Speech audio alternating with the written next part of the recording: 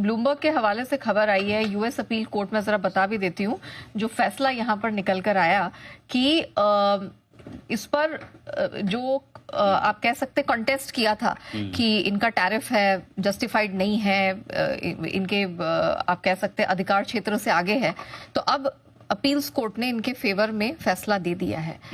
ये कैसे देखें? हुआ ये है कि अभी तक कंफर्म खबर नहीं है, लेकिन ब्लूमबर्ग पे आई, आप मान सकते कंफर्म है, और कोर्ट के हवाले से दिए कि जो निचली कोर्ट ने ट्रम्प को कहा था भाई तुम्हारे पास तो राइट ही नहीं है, तुम काहे का ऑर्डर पास कर रहे हो, ये सब और टैरिफ वेरिफ आपके बस की बात नहीं है, आप मत कीजिए, आपके अधिकार क्षेत्र के बाहर है। करेक्ट।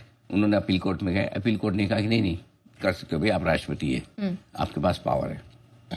अब उन्होंने निचली अदालत का जो आदेश था उस पर रोक लगा दी है। अब अगली सुनवाई कब? 31 जुलाई। हाँ जी। वाह, मजा आ गया मेरे को। अमेरिका में भी सेम सिस्टम है, मिलती है तारीख पे तारीख है। और 31 जुलाई की तारीख बहुत ही बढ़िया है। क्यों? 9 जुलाई को तो इनका खत्म हो रहा है टैरिफ वाला 3 महीने का टाइम, 90 दिन का जो मोरेटोरियम 90 दिन का अल्टीमेटम दिया ना कि 90 दिन के अंदर डील साइन कर लो, नहीं तो मैं तुम सबकी बैंड बजा दूंगा। तो फिर शायद पता ही जरूरत ही ना पड़ेगी 31 जुलाई तक, है ना। हफ्ते बाद का तो बोले ट्रम्प को इनडायरेक्टली लाइसेंस दे दिया, जो मर्जी करो, ठीक है। अब इसमें क्या अच्छा है क्या खराब है, पहले मैं अच्छी बात बता दूंगा। पहली तो ये 2 दिन से चीन के अधिकारियों के साथ अमेरिका वाले बात कर रहे हैं, प्रोग्रेस ठीक चल रही है, ऐसा उनका कहना है कि भाई हमको रेयर अर्थ मिल जाएगा, हम इनको चिप्स की सप्लाई दे देंगे। दोनों आपस में, दोनों की कहाँ नस दबी हुई है, अमेरिका की नस दबी हुई है रेयर अर्थ में, चीन की नस दबी हुई है टेक्नोलॉजी और चिप्स में, है ना। तो दोनों को कुछ न कुछ चाहिए, दोनों का एक दूसरे के बगैर काम चल नहीं रहा, ठीक है। अब जो आज संकेत आ रहे हैं कि उम्मीद है कि कुछ टर्म्स कंडीशन फ्रेमवर्क बना दिया है, लेके जाएंगे ट्रम्प साहब सर अप्रूव करो, है ना। ट्रम्प को भी पता है कि कर लो भाई, इधर अमेरिका में भी डंडे पड़ रहे हैं, बाहर भी पड़ रहे हैं, लोग एक्चुअली ट्रम्प से दुखी हो रहे हैं। एक तो पहले तो इस चीज से दुखी हो रहे थे टैरिफ से, और वो लॉस एंजलिस में देखो आप, वो माइग्रेंट्स वगैरह का, इमिग्रेंट्स के जो हैं उनको लेके दंगे चल रहे हैं, तो अब वो घर संभाले बाहर संभाले। अच्छा, वो सीधा वो बोलते हैं उनके गवर्नर का किसका बोला कि कैलिफोर्निया के, उसको अरेस्ट करो, बोले दंगे चल रहे हैं, गजब ही आदमी है। तो कुल मिला के ये कि ट्रम्प है ट्रेड वीक विकेट पे। अमेरिकी बाजारों के लिए क्या पॉजिटिव और क्या नेगेटिव, एक फॉर्मूला बहुत अच्छे से समझ लीजिए। कोई भी खबर जो टैरिफ वॉर पर ट्रम्प को कमजोर करती है वो अच्छी खबर है, और कोई भी खबर जो टैरिफ वॉर पर ट्रम्प को मजबूत करती है वो खराब खबर है। तो आप मुझे पूछोगे तो चीन और अमेरिका के बीच में बातचीत बढ़ रही है, डील होने की उम्मीद है, ये अच्छी खबर है। और इसी के दम पे लगातार तीसरे दिन नैस्डैक और S&P आपके बढ़कर आए, 3.5 महीनों की ऊंचाइयों पर पहुंच गए, डाउ भी मजबूत बंद हुआ, ये तो हो गई अच्छी खबर। टैरिफ कम होते हैं अमेरिकी बाजार तेज हो जाते हैं, ये बात हम आपको लगातार कह चुके हैं। आपको ध्यान होगा कि हमने कहा जब जब टैरिफ को लेकर ट्रम्प कमजोर होंगे अमेरिका बढ़ेगा, आप देख लीजिए अच्छी तेजी होगी। करेक्ट। अब आइए दूसरा फैसला जो कमजोरी वाला है, जो अमेरिका की अदालत ने ट्रम्प साहब को कहा तुम्हारे पास राइट है, ये एक अच्छी खबर नहीं, क्योंकि ये तो टैरिफ पर ट्रम्प को मजबूत करता है।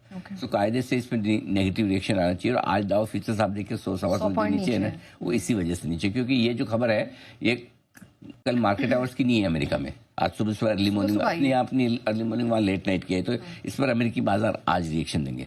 लेकिन अगर ऐसा है नेगेटिव तो 100 पॉइंट क्यों नीचे? उसका कारण ये है कि इस वक्त टैरिफ लगाने नहीं लगाने की अथॉरिटी को लेकर काफी आगे बढ़ चुके हैं। अब तो डील साइन होकर क्लोज होने की तैयारी में चल रही है, और जो 2 दिनों से अच्छी बातचीत चल रही है इनकी चीन के साथ में, वो एक पॉजिटिव है, वो उस पर बात बनती हुई दिख रही है। इसलिए अमेरिकी बाजारों में रिएक्शन लिमिटेड रहेगा कि चलो ट्रम्प के पावर बढ़े टैरिफ लगाने को लेकर, तो हमें नेगेटिव होना चाहिए। इससे मुझे लगता है कि ज्यादा रिएक्शन इस पर आ नहीं रहा, आएगा भी नहीं। देखिए क्या हुआ, डोनाल्ड ट्रम्प की आखिरकार मनमानी चली और वो अपील कोर्ट ने जो है उनके फेवर में रूल किया। उन्होंने कहा कि जब तक वो एक्चुअल फैसला नहीं आता है तब तक ये टैरिफ जो है वो लागू रहेंगे। वो एक आपको याद होगा जो ट्रेड कोर्ट है, उन्होंने कहा था कि ये टैरिफ इलीगल है, तो उन्होंने कहा था कि नहीं ये तो नेशनल इमरजेंसी है, हम आपका कोई हक नहीं है, हम अपील कोर्ट में जाएंगे। अपील कोर्ट ने कहा जब तक हम फैसला नहीं करेंगे, वैसे भी अब 90 डे का तो पॉज लगा ही हुआ है, जो बेस टैरिफ लगे हुए हैं वो अब एप्लीकेबल रहेंगे। जुलाई में वैसे ही वो डिसीजन आ जाना मेरे ख्याल से। एक तरीके से कोर्ट ने कहा है कि अब आप खुद सुलझा लो इस मामले को। खैर अच्छा क्या होता है ना, अब ये खबर जो है ना अब ये इंक्रीमेंटली नेगेटिव नहीं है। मतलब जैसे अगर आप फेल हो और आपने रीवैल्यूएशन के लिए पेपर दिया, तो अगर आप वापस रीवैल्यूएशन में फेल ही हो गए तो वो एडिशनल नेगेटिव नहीं है ना, अगर पास हो गए तो बहुत बड़ा पॉजिटिव है। तो अब ये खबर जो है ना, मैं इसको इस तरीके से देख रहा हूँ कि इंक्रीमेंटल नेगेटिव नहीं है, इतना तो हमने बचाया हुआ है। हाँ, अगर वो कोर्ट का फैसला रहता और अगर टैरिफ हट जाते वो बहुत बड़ा पॉजिटिव होता, वो पॉजिटिव नहीं मिल रहा है, लेकिन इंक्रीमेंटल नेगेटिव नहीं है। इस खबर पर पहले ही मार्केट पिट चुके हैं और उसके बाद सुधर चुके हैं, तो उसके बाद दोबारा पिटने की जरूरत नहीं है। और यही देखिए, आप ग्लोबल मार्केट देखिए, आज कोई ग्लोबल मार्केट ने रत्ती भर रिएक्ट नहीं किया इसमें किसी पे भी। मतलब आप 100 पॉइंट के डाउ फ्यूचर को नेगेटिव नहीं मानेंगे, और आप बाकी के एशियन मार्केट देखिए, सब ठीक ठाक ट्रेड कर रहे हैं। तो ये खबर नेगेटिव नहीं है हमारे लिए। और वैसे भी एक और चीज सोचिए, सबसे बड़ा टैरिफ का इशू कहां पर है? यूएस और चाइना को लेकर, बाकी तो सब हो जाएगा। यूएस और चाइना की ट्रेड डील की बातचीत चल रही है, अभी भी वो कंस्ट्रक्टिव है। मैं उसको पढ़ रहा था, कुछ देर में हॉर्मास के साथ जब डिटेल में डिस्कस करेंगे तो उस पर हम बात भी करेंगे। अच्छा, एक और चीज़, लगातार ये बात हुई है कि इन टैरिफ का सबसे ज़्यादा इम्पैक्ट यूएस पर ही पड़ने वाला है।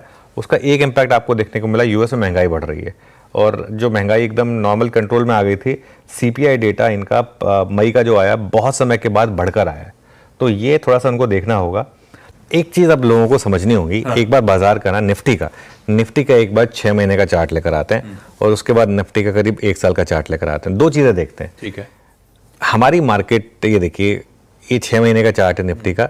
हम करीब 21,900 तक गए थे। 21,900 तक हम 2 बार गए थे। पहली बार गए थे हम वो जो टेरर की वजह से गए थे, उसके बाद उस लेवल को हमने रिविजिट किया था वो इंडो पाक कॉन्फ्लिक्ट की वजह से। 2 रीजन की वजह से हम बेसिकली वहां तक गए थे। अब इस मार्केट में अगर आप देखें तो लोज से, अच्छा आप 3 महीने का भी चार्ट दिखा दीजिए एक बार, 6 महीने का और 12 महीने के चार्ट में तो क्लियर हो गया कि मार्केट बेसिकली एक रेंज में ही रहा है। ये 3 महीने का चार्ट है अब निफ्टी का।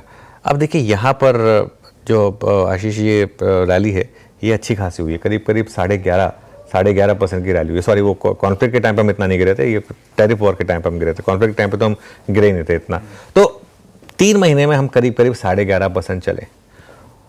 वो जो टैरिफ लो था, बहुत लोगों को शायद याद ना हो, हमने एक बात कही थी कि वो सबसे अच्छा मौका था बाइंग करने का। खुद ने याद है सबको, एडिशनल एसआईपी और झोंकूंगा मैं पैसा डालूंगा। एब्सोल्युटली वो जो महीने की तनख्वाह, बिल्कुल वो जो हमने किया था निफ्टी पर 22,000 के लेवल से, वहां से अब हम 3,000 पॉइंट भाग चुके हैं। वैसे तो 3,000 थोड़ा ज्यादा ही भागे हैं, लेकिन रफली 3,000 पॉइंट भाग चुके हैं। आप 22,000 समझ के चलें कि 22,000 पर अगर आपने वो एंट्री ली, वहां से 22,000 से 25,000 तो 3,000। और अब ऑल टाइम हाई से हम कितना दूर है? 26,200 पर हमारा ऑल टाइम हाई है। 26,200 से हम 1,000 पॉइंट दूर है कुल मिलाकर, मोटा मोटी मतलब 1,100 पॉइंट दूर है। तो इस चीज को समझना होगा लोगों को कि जो लो हैंगिंग फ्रूट था वो आप प्लग कर चुके हैं। यहां से अब मार्केट में आपको थोड़ा सा मेहनत ज़्यादा करनी होगी, थोड़ा सा सेक्टर रोटेशन और थोड़ा सा स्टॉक रोटेशन ये होगा। ये पिछले 3-4 दिन से आप देख रहे हैं, कभी कोई सेक्टर चल रहा है, कभी कोई सेक्टर चल रहा है। तो कुछ अगले कुछ समय के लिए कुछ अलग अलग सेक्टर्स चल सकते हैं।